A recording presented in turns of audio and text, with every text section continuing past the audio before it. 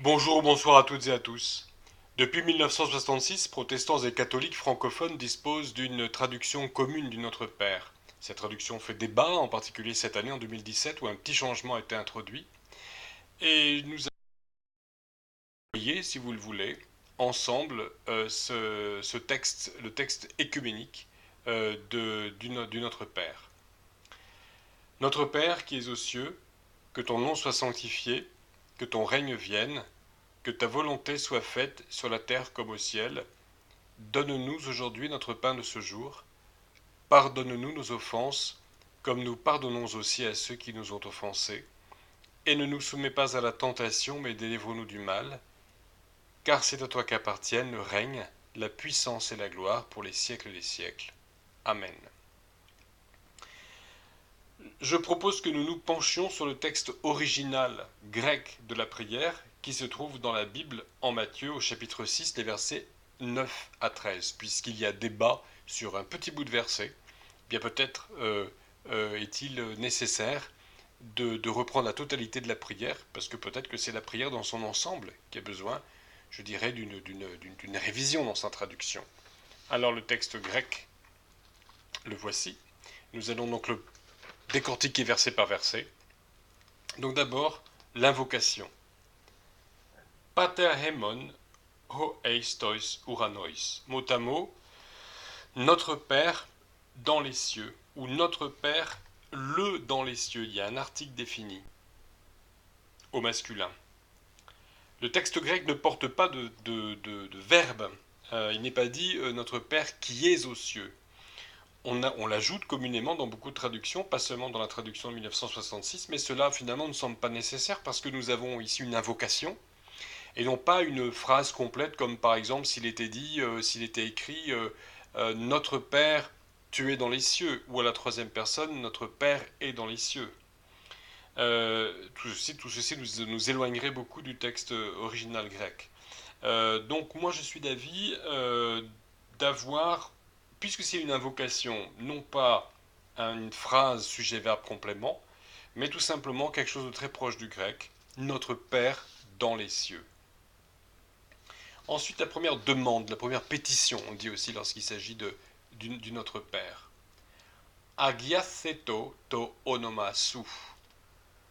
Agios veut dire saint en grec. Agiatheto, sois sanctifié, ton nom. Alors, onoma veut dire le nom tout simplement, donc que ton nom soit sanctifié, ça semble s'imposer. Mais prenons tout de même le temps d'étudier le sens du nom, particulièrement du nom de Dieu. Dans la Bible, le nom désigne plus largement la renommée. En français aussi, le mot renommée est dérivé du mot nom. Et lorsque le troisième commandement nous dit tu ne prendras pas le nom de l'Éternel ton Dieu en vain, eh bien c'est à prendre d'une part au premier degré, ne pas nommer Dieu à tort et à travers, mais aussi dans un sens plus large, ne pas manquer de respect à la renommée de Dieu en agissant en son nom, justement, à tort et à travers, par exemple, hein, en rendant un mauvais témoignage à Dieu. Donc, le nom est à prendre au sens plus large. Dieu n'a pas de nom, comme en ont les êtres humains. Dans l'épisode du buisson ardent, en Exode chapitre 3, versets 1 à 6, Moïse insiste pour que Dieu lui dise comment il s'appelle, pour savoir comment s'appelle ce Dieu qui s'adresse à lui. Alors Dieu d'abord se désigne lui-même par le mot hébreu qui veut dire je suis, mais Moïse n'est pas satisfait. Le mot hébreu en tout cas dans le texte hébreu tel qu'il nous est venu, tel qu'il nous est parvenu dans la Bible. Alors, Moïse insiste et Dieu finit par se donner en tout cas par se désigner par un mot qui dérive du verbe être, sans conjugaison temporelle. Et ça donne le tétragramme YHWH que le traducteur protestant français du XVIe siècle, Pierre Robert Olivetan, qui est aussi un martyr de la foi, un jeune martyr, a eu l'idée géniale de rendre par l'éternel, celui qui est sans conjugaison, sans limite de temps. Et Dieu a aussi par ailleurs appelé celui qui était, qui est et qui vient. Donc le verbe être à tous les temps, l'éternel, qui rend très bien le tétragramme. Moïse a été dès le plus jeune âge, élevé à la cour du pharaon, donc dans sa langue maternelle était l'égyptien. À l'époque du buisson ardent, il vivait depuis 40 ans parmi le peuple madianite. Donc, selon toute probabilité, le dialogue entre Dieu et Moïse au buisson ardent a eu lieu en égyptien, mais l'égyptien du temps des pharaons, hein, pas l'arabe égyptien qui est parlé aujourd'hui en Égypte, du fait que au 7e ou 8e siècle de notre ère, l'Égypte a été envahie par les Arabes. C'est relativement récent à l'échelle de l'histoire. Donc la langue maternelle de Moïse, c'était l'égyptien pharaonique. Même s'il est dit que sa mère biologique l'a en partie élevé, il est quand même resté à la cour de Pharaon. Et il y a peu de chances pour qu'une esclave ait eu la possibilité d'enseigner sa langue au petit-fils adoptif du roi. Donc, moi j'en suis donc convaincu. La langue maternelle de Moïse c'était l'égyptien pharaonique. Et au moment de l'épisode du buisson ardent, Moïse vivait depuis plusieurs dizaines d'années parmi les Madianites. Donc Dieu s'est très vraisemblablement adressé au buisson ardent à Moïse en égyptien pharaonique ou en madianite. Et le texte qui nous est parvenu d'Exode 3 est une traduction. Et Exode 3, et pas seulement, certainement. Mais d'ailleurs, des études ont été faites hein, sur l'influence de l'égyptien sur l'hébreu du Pentateuque. C'est un autre débat. Mais en tout cas, même le tétragramme est très vraisemblablement une traduction. Ça n'a rien de sacré. C'est un mot qui vient de la grammaire hébraïque et qu'il est tout à fait légitime de traduire dans les autres langues. Et d'ailleurs, c'est ce que fait Dieu, parce que Dieu a permis que le Nouveau Testament nous parvienne en grec, et le tétragramme disparaît du grec. Dieu est appelé également en hébreu Elohim, tout comme les dieux païens, et il est appelé également Adonai quelquefois dans l'Ancien Testament, notamment par Abraham, et ça veut dire mon Seigneur, mon Maître. Ce n'est pas non plus un nom propre. Et nous avons des équivalents dans le Nouveau Testament, traduits en grec, Kurios, le Seigneur, ou Théos, le Dieu, tout comme Apollon et les autres divinités, et Zeus, etc., étaient appelés Théos.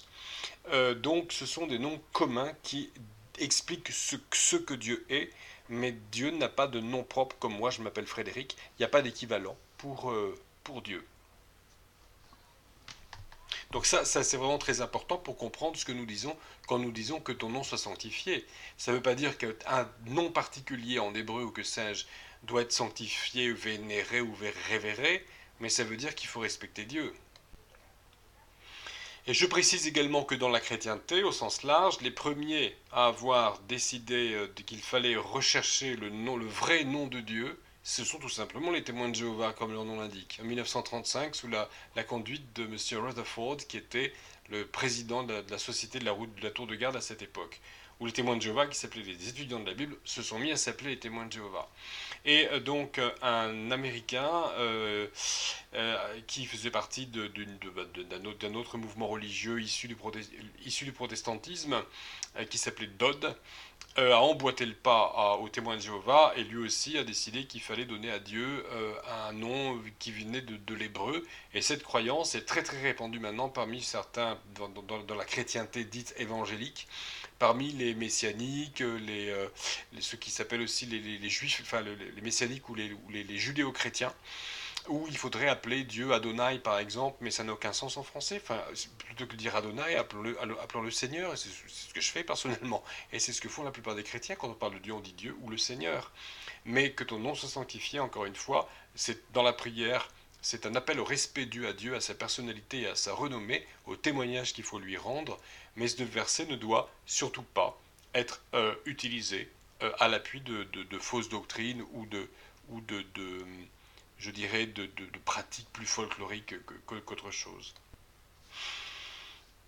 Alors, faut-il traduire la première du monde de notre Père que ta renommée soit traitée avec le respect qui convient à ta sainteté? Alors, je ne pense pas qu'il faille faire quelque chose d'aussi compliqué. Je suis d'avis de conserver une traduction très proche de l'original, que ton nom soit sanctifié, ça va très bien, sachant que notre Père, comme tout texte biblique, eh bien, doit être expliqué aux fidèles. Il faut expliquer tout ça. Hein. En Matthieu 16, 18, Actes 14, 23, 1 Timothée 3, 2, etc. La Bible nous explique que Dieu a institué l'Église et que l'Église, l'Assemblée locale, doit être conduite par des ministres aptes à l'enseignement. Donc ces ministres aptes à l'enseignement, eh bien, qu'ils nous enseignent ce que veut dire que ton nom soit sanctifié. Mais on peut liturgiquement utiliser cette traduction-là, proche de l'original. Donc la pétition suivante, El feto e basileiasu, vienne ton, alors ta basileia, ton règne littéralement. Mais la basileia peut être, c'est un mot qui peut être traduit de plusieurs manières en français. Il peut s'agir d'un royaume au sens territorial, que ton règne vienne, exprimerait donc le souhait de voir s'établir rapidement le royaume définitif de Dieu, territorialement, tel qu'il est décrit à la fin de l'Apocalypse, avec la nouvelle Jérusalem qui descend du ciel sur la nouvelle terre. On peut y voir aussi une allusion au règne de 1000 ans, avant la descente de la nouvelle Jérusalem donc. Et puis on peut aussi y voir un appel à la souveraineté de Dieu, que vienne ta souveraineté, tout de suite, du coup, là ce serait immédiat, ce serait pas prophétique, que vienne ta souveraineté dès maintenant, dans mon cœur et dans ton cœur, cher vidéospectateur. Donc un appel à la souveraineté de Dieu.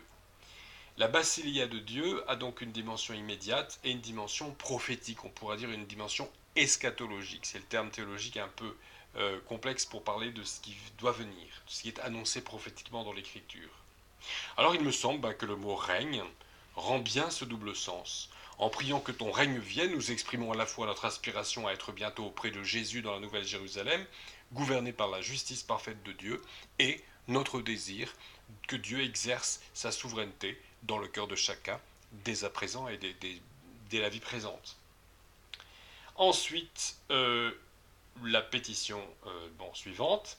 Genetheto to teremasu, os en urano kai epiges. Genetheto, ça fait penser, ça a donné en français des mots comme génération, générique, généré, genèse, génétique, les gènes. En fait, que soit générée ou que soit faite ta volonté, comme au ciel et sur la terre, comme au ciel, ainsi sur la terre. Os kai, qui indique une similitude entre deux termes en grec. Donc du point de vue de la grammaire grecque, il s'agit ici très clairement de demander que la volonté de Dieu soit faite sur la terre comme elle l'est au ciel. Et ici le ciel est singulier alors que nous avions les cieux dans l'invocation.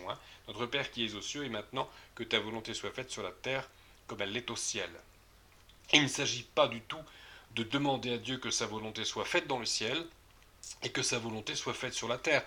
De toute façon, la volonté de Dieu est faite dans le ciel.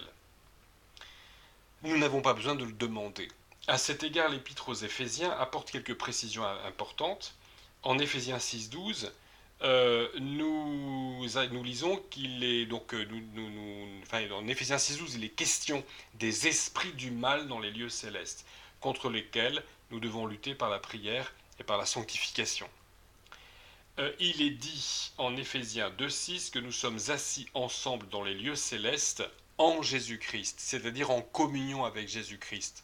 Attention, un cantique nous induit en erreur. Assis avec Christ dans les lieux célestes, avec Christ. Or, Christ n'est pas dans les lieux célestes, il est plus haut. C'est Satan qui est dans les lieux célestes. Et nous, en lutte spirituelle. Mais faisons très attention avec les cantiques qui ne sont pas toujours très fidèles au texte biblique. Donc nous sommes assis ensemble en Église, symboliquement bien sûr, en communion avec Christ, dans les lieux célestes, et il est écrit par ailleurs, donc en 2 Corinthiens 12, versets 2 et 4, que en Éphésiens 2, 1, il est écrit que Satan est aussi le prince de la puissance de l'air. Donc la puissance de l'air, des lieux célestes qui seraient célestes mais à un niveau inférieur, ça fait sens. Et ce verset du Notre Père, que ta volonté soit faite sur la terre comme elle est au ciel, eh bien il est clair donc que la volonté de Dieu est faite dans le ciel. Donc c'est au-dessus des lieux célestes. Et dans l'invocation, il est dit que Dieu est dans les cieux. Et Paul, en 2 Corinthiens 12, versets 2 et 4, nous parle aussi du troisième ciel, identifiable au paradis. Donc bien sûr, tout cela, il y a une dimension symbolique, pas forcément spatiale à prendre comme telle, mais il y a manifestement des lieux célestes qui sont encore sous la domination du mal et du péché et dans lesquels nous sommes assis quand même au-dessus de la terre en communion avec Jésus. Ensuite, il y aurait les cieux, plusieurs degrés, donc un premier ciel où il y aurait le monde angélique, le bon monde angélique, mais des anges qui servent Dieu et qui font sa volonté. Et ensuite, deuxième, troisième ciel, et au troisième ciel, le paradis dans la présence de Dieu. Alors il faut y voir encore une fois des symboles. Mais il semble donc que les expressions grecques, les cieux, le ciel et les lieux célestes, désignent des réalités différentes. Donc il y a donc des domaines spirituels différents. Dans l'Apocalypse, nous trouvons une prophétie relative à une guerre dans le ciel entre l'ange Michel et les légions démoniaques conduites par Satan. Donc c'est une bataille, une guerre qui est rapidement remportée par Michel et par les anges, par le serviteur de Dieu. Ceci en Apocalypse chapitre 12 versets 7 et 8. Et donc là on voit, donc on est dans le ciel et il y a une guerre quand même, il y a la présence de Satan et de ses démons. Alors il s'agit là en fait d'un épisode, je dirais rapide dans l'écriture, c'est prophétique, c'est dans l'Apocalypse. Et en fait, c'est une prophétie relative à une ultime tentative des démons pour vaincre Dieu dans son domaine, et c'est une incursion, c'est une violation de territoire, si on peut dire. Mais il n'est pas normal que Satan et les siens soient dans le ciel. Normalement, ils n'y sont pas. Ils sont à un niveau inférieur dans les lieux célestes, dans l'air. Ici, il est bon de traduire la phrase grecque, donc sans ambiguïté, de façon claire et proche de l'original, et qui n'aille pas nous induire en erreur au niveau théologique, mais qui soit aussi proche du texte. Que ta volonté soit faite sur la terre comme elle l'est au ciel.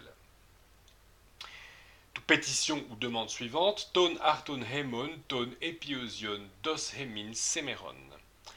Notre pain, alors là c'est difficile de traduire, il y a un mot en particulier qui est très très peu clair, et où il n'y a pas d'équivalent français réellement. Notre pain sursubstantiel, donne-nous aujourd'hui. Sursubstantiel, vous posez des questions. Alors, le pain, déjà, pour ce qui est peut-être moins compliqué, est une métonymie, on utilise un mot pour un autre. Mais c'est une métonymie d'origine hébraïque. Le mot lehem en hébreu, désigne au sens strict le pain, et plus largement la nourriture de façon générale. Parce que pour les Hébreux, le pain, fait de farine et d'eau, eh bien, avec ou sans levain, c'était la nourriture par excellence. Donc nous, en France, on le comprend quand même pas trop mal. Parce que c'est vrai que on comprend très bien cette expression doublement biblique, gagner son pain quotidien, référence à notre Père, à la sueur de son front, Genèse 3,19. Parce que le pain, c'est également chez nous quelque part la nourriture par excellence. On a du mal à se priver de pain et on est malheureux quand on en manque. Donc on aura quand même vite compris que le mot qui va titiller les méninges des traducteurs, c'est pas celui-là, c'est épiousion. Donc super substantiel ou sursubstantiel. Ousion est un adjectif qui fait référence à la substance, donc substantiel. Le pain substantiel, le pain consistant, le pain nourricier. En anglais, quand on dit qu'un plat ou qu'un aliment est substantial, c'est qu'il est consistant. I need something more substantial, dit-on quand on n'a pas très bien mangé, pas suffisant. Hein. J'ai besoin de quelque chose de plus copieux, de plus nourrissant, de plus consistant. Donc le pain substantiel, le pain nourricier. Et le préfixe épi peut être traduit par sur. Le pain sursubstantiel, super consistant, nourricier par-dessus tout. Il s'agit du pain nécessaire à notre subsistance, et c'est ce que dit exactement mot pour mot le chanoine Crampon, traducteur catholique de la Bible en français en 1923. Le pain nécessaire à notre subsistance. Alors c'est très proche du grec, mais si on dit dans la prière le pain nécessaire à notre subsistance, en français, pour une récitation du Notre Père, pour le dire en privé pendant un culte collectif, eh bien c'est peut-être un peu lourd. Et les traductions protestantes comme catholiques avaient, avant 1966, pris l'habitude, plusieurs traductions, de dire notre pain quotidien. C'est surprenant parce que là, il y a une redondance, on se répète, donne-nous aujourd'hui notre pain quotidien. Et il me semble que c'est une reprise malheureuse, une reprise maladroite de la traduction en latin, la Bible en latin de Jérôme de Styrion au début du VIe siècle, qu'on appelle la Vulgate. Alors Jérôme traduit par Panem nostrum quotidianum, mais quotidianum en latin, me semble-t-il, doit être pris dans le sens de ce qui a donné en français le mot quotité. Donne-nous notre part de pain. Alors je suis pour ma part d'avis de retenir la traduction de Darby au XIXe siècle, vers 1860 je pense, la Bible qu'on appelait la Bible de Pauvevet, puis qu'on appelle maintenant la Bible Darby. Et Darby dit en français, donne-nous aujourd'hui le pain qu'il nous faut. Je trouve ça très bien, il nous faut ce pain, on a besoin pour pas dépérir. On a besoin du pain chaque jour, de notre part de pain. Donc donne-nous aujourd'hui le pain qu'il nous faut, je trouve ça très bien.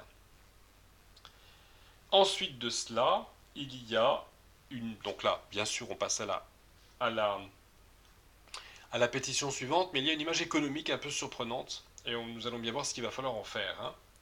Kai ares hemin, ta ofeilemata hemon, oskai hemeis, afekamen tois, ofeilatais hemon. Mot à mot, et enlève-nous nos dettes comme nous aussi nous avons enlevé à nos débiteurs. Alors, la comparaison économique est fréquente dans la Bible. Ainsi, lorsqu'il est dit que Jésus nous rachète, l'expression est conforme au grec, c'est un rachat, une compensation. De même, lorsqu'il est dit que Jésus est le rédempteur, c'est celui qui rachète, c'est exactement ça que ça veut dire. En latin, le rédemptor était celui qui a acheté un esclave, qui le rachetait, pour le rendre libre. Et ici, il est clair qu'il s'agit de dettes morales et non économiques quand on dit remets-nous nos dettes, comme nous remettons aussi à nos débiteurs. En effet, parce que on ne peut pas garder une image économique et croire qu'il s'agit vraiment d'effacer les dettes de nos débiteurs économiques, parce que déjà c'est pas suffisant, c'est moins profond comme signification, mais il est tout à fait légitime en plus de réclamer l'argent que nous avons prêté à notre prochain. Donc il est souhaitable en français de parler d'offense et non de dette.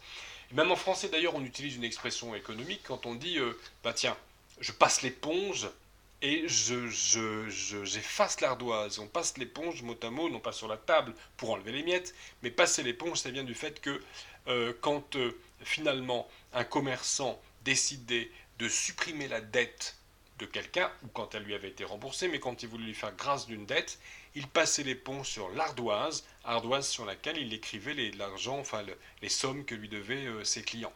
Donc quand on dit allez je passe l'éponge, j'en parle plus, j'efface l'ardoise, c'est aussi une façon en français de reprendre cette expression économique pour dire que l'on pardonne. On passe outre une offense. Alors, en revanche, ce qui me gêne un peu dans la traduction liturgique courante, c'est le passé composé. Ceux qui nous ont offensés. Ce qui pourrait faire penser qu'à partir de maintenant, il n'est plus nécessaire de pardonner. On a pardonné jusqu'à maintenant ceux qui nous ont offensés, mais ceux qui vont nous offenser dorénavant, on ne pardonnera pas. C'est un peu tiré par les cheveux, mais j'ai un peu un scrupule là quand même. Donc je propose comme traduction, pardonne-nous nos offenses comme nous aussi nous pardonnons nos offenseurs. Kai me eisenekes emas eis peirasmon. Allah rusai emas apotu poneru. Et mot à mot, et ne nous porte pas vers l'épreuve et la tentation. L'épreuve, tentation, c'est le même mot en grec. Mais éloigne-nous ou tiens-nous à l'écart plutôt du mauvais. Alors, ne nous soumets pas à la tentation, c'est la traduction utilisée de 1966 à 2017 pour le début de cette demande. Donc elle a fait l'objet d'une modification et j'ai largement abordé le sujet dans ma précédente vidéo. Donc c'est le problème majeur de la traduction de notre Père. Donc je propose comme traduction, ne nous mets pas à l'épreuve.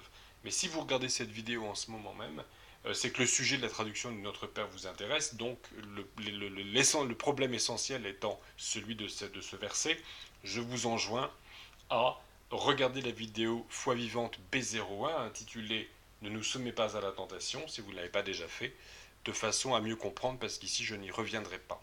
pas plus que je ne viens de le faire là en quelques secondes. Alors la seconde partie de la traduction, dans le texte de 1966, c'est « Délivre-nous du mal ». Alors délivrer rend maladroitement le grec, me semble-t-il.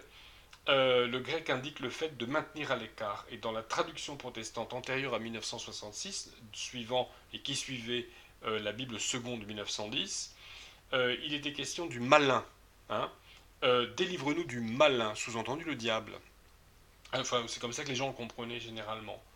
Donc le mot grec poneros peut en effet désigner le mal en général, toute chose mauvaise, une personne malfaisante, voire le diable en personne, ce qui semble, hein, le mot poneros est utilisé en Jean 10-17 par Jésus et semble effectivement désigner le diable en personne. Donc je retiens la traduction, mais garde-nous du mauvais. Ensuite de cela, à la fin de la prière, il y a ce qu'on appelle la doxologie ou la parole de gloire. Otisou estin e basileia kai e dynamis, kai e doxa eistus aionas. Amen. Mot à mot, car à toi est le règne, et la puissance, et la gloire vers les temps. Amen. Alors, on mettrait bien sûr en français un pluriel, car à toi sont le règne, la puissance et la gloire. Et littéralement, on peut traduire eistotus aionas par vers les temps. Aion, en grec, c'est le temps, la période, l'âge. Donc, eistos tous aionas, vers les temps, vers les âges, vers les périodes. Alors, on traduit en français contemporain, en français de 1966, là dans la traduction écuménique, il est traduit pour les siècles des siècles. Alors, siècle en français vraiment contemporain, c'est une période de 100 ans. Et les siècles des siècles, pourquoi cette répétition Second 1910 porte dans tous les siècles. On pourrait traduire par tous les temps, car c'est à toi, donc car à toi sont le règne, la puissance et la gloire pour tous les temps. Moi je proposerais plus simplement, car à toi sont le règne, la puissance et la gloire pour toujours. Alors précisons que cette dernière phrase du Notre Père, donc la doxologie, la parole de gloire, se trouve dans certains manuscrits du Nouveau Testament, mais pas dans d'autres. Alors, elle est familière aux protestants, beaucoup moins aux catholiques, qui généralement ne la disent pas, et ce choix ne change, somme toute, pas grand-chose au sens général du Notre Père. Pour ma part, en tant que chrétien qui s'inscrit dans une certaine tradition protestante, eh bien, je prie le Notre Père avec la doxologie, parce que c'est conforme à la tradition religieuse à laquelle je m'attache. Mais je reconnais que, somme toute, le choix de dire ou non la doxologie à la fin ne change pas grand-chose au sens général du Notre Père. Alors finalement, il me semble que la traduction en français du Notre Père mérite non pas seulement la révision d'un bout de verset sur des bases théologiques, et purement théologiques, et de ce qu'on a envie d'entendre, mais le Notre Père mérite une véritable reprise dans un souci de fidélité au grec, au texte tel qu'il nous est parvenu de la part de Dieu. Et je propose donc je récapitule, je propose donc pour ma part la traduction suivante, en précisant quand même que je resterai humble et que je sais que je ne serai pas suivi, mais j'ai voulu avec vous réfléchir sur la question. Donc voilà, je me retrouve avec cette traduction qui m'est tout de même assez personnelle. Donc la voici. Notre Père, dans les cieux, que ton nom soit sanctifié, que ton règne vienne, que ta volonté soit faite sur la terre comme elle l'est au ciel. Donne-nous aujourd'hui le pain qu'il nous faut. Pardonne-nous nos offenses comme nous aussi nous pardonnons nos offenseurs. Ne nous mets pas à l'épreuve, mais délivre-nous du mauvais. Car à toi sont le règne, la puissance et la gloire pour toujours. Amen. Que le Seigneur vous accompagne.